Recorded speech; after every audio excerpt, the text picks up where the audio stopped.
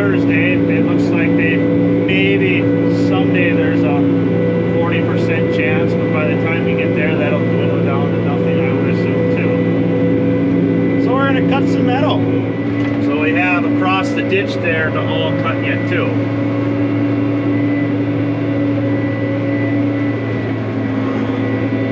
All right, we're in Wire Vision. I just want to show everybody through here this ditch. Normally I end up getting stuck out there all the time. Now there's no grass growing because it's always fairly wet. Then we don't even get water on our tires. And that's how dry it is around here these days. Normally at the very least when you drive through there, there's water running off your tires and you hope that you don't get stuck. But not this year. The hay does look fairly decent. I think it would have, with a little more water, it would have looked a little better. It's always good when the meadows are starting to dry out. It's really not, but we'll do our part, and we'll do our rain dance here by cutting a bunch of hay. I guess that's the only kind of rain dance I know. It's the one that seems to be, well, it hasn't been very effective this year, but normally, if you want it to rain, you go cut something and watch it get rained on. And so we're gonna get this all cut today, but we're not gonna get it all baled in a day. We're gonna take our time, screw around a little bit, and hopefully entice some of it to get rained on. Now I know people are, well, you're gonna wreck good hay if you don't. Yeah, I know. But if it doesn't rain, we're gonna have 100 acres of corn and 75 acres of alfalfa that are gonna look like this too. The cut stuff, brown. So a little bit of rained on hay, it's worth the sacrifice. And we use a fair amount of meadow hay for bedding, which some of you are going to be outraged by hearing that, but I once was told by somebody how outraged they were, and they were going to buy my meadow hay and sell me straw in return, and they wanted me to pay them to buy straw and trade them for meadow hay. And that for some reason didn't calculate out very well in my brain. So this is what we do. I'm sure it will offend some people,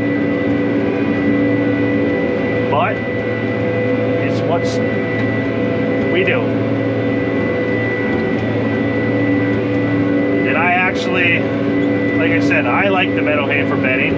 I mean, this stuff here, yes, if it doesn't get rained on and stuff, it hurts a little bit to throw it in for bedding, but we'll do it. All right, we're in Wire Vision. We're just about done. I think it's not quite 5:30. Life has went fairly well.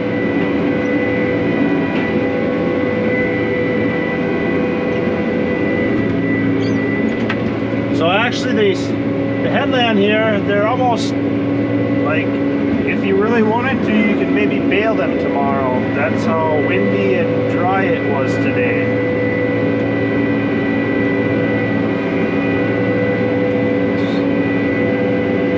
And that doesn't normally happen. So, today is Monday, and for sure by Wednesday we can be out here baling if we want.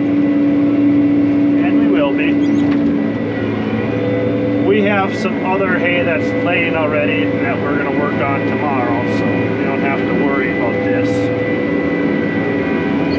About 10 acres that we will make into some small squares and big squares.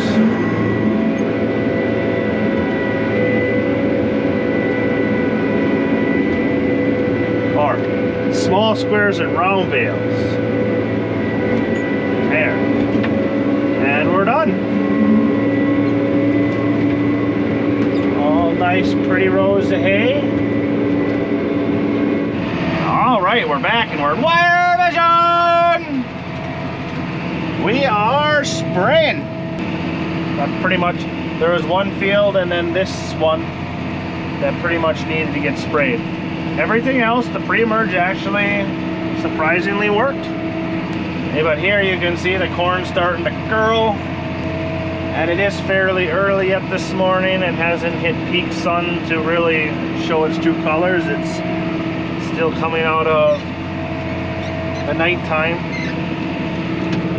Because right now, the nighttime is the right time for the corn.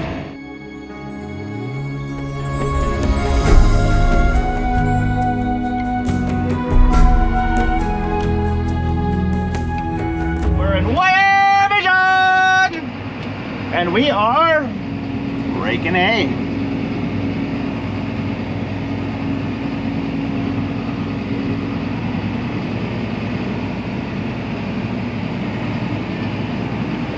So yeah, we're raking hay.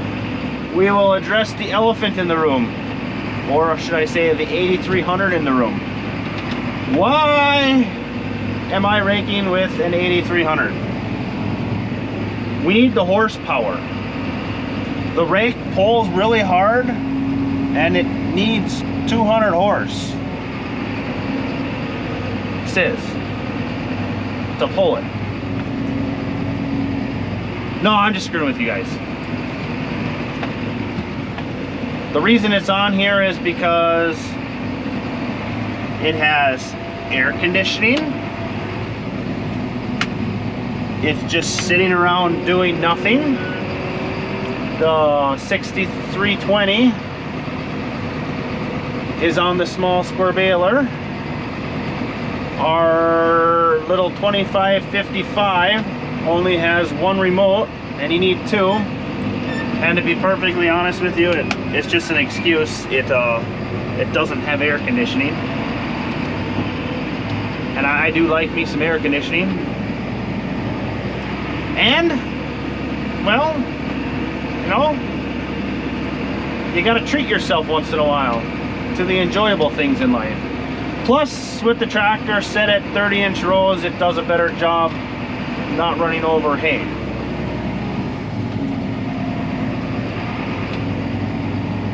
But at the end of the day, it all comes back to air conditioning. And because I can, would be another reason why we have the 8300 on the rake. I'm not one of those people who buy stuff to put in the shed to stare at. I like to use the stuff that I pay good money for. I like to let the crap that I don't want to use sit in the shed, like the Alice. I don't want to use it raking hay. The only thing I want to use the Alice for is two things on this farm: the manure pump and the blower. That's all I want it for. I don't want it to do anything else. And so that's pretty much what it does. To be perfectly honest with you, I'd put the 9220 on the rake if it didn't have duals on, just for fun. But I'm not going to take the duals off just to do that.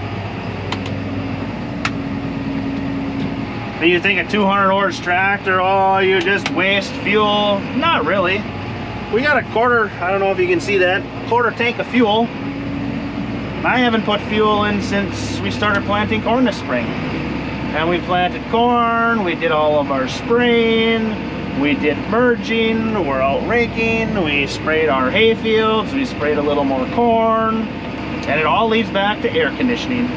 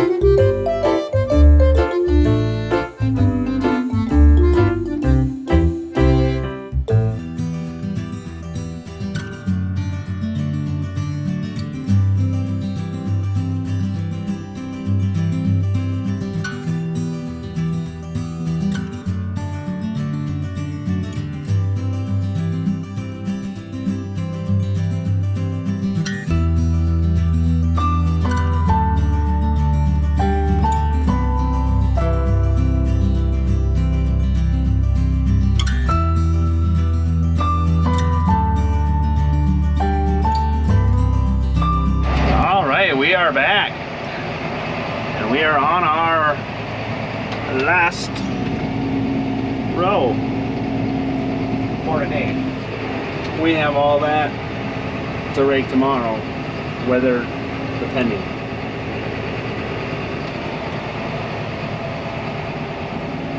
But I think that is going to wrap up our video for today.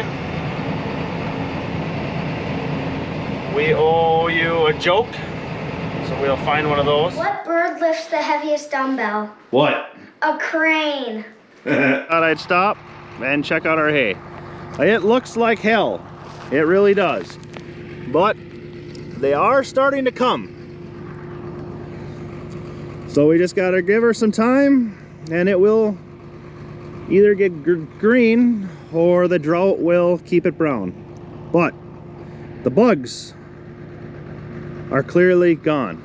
We're gonna leave this video at a cliffhanger, so stay tuned to see if I get my hay bale, or if it maybe rains today like they say, or all sorts of other options that could possibly happen.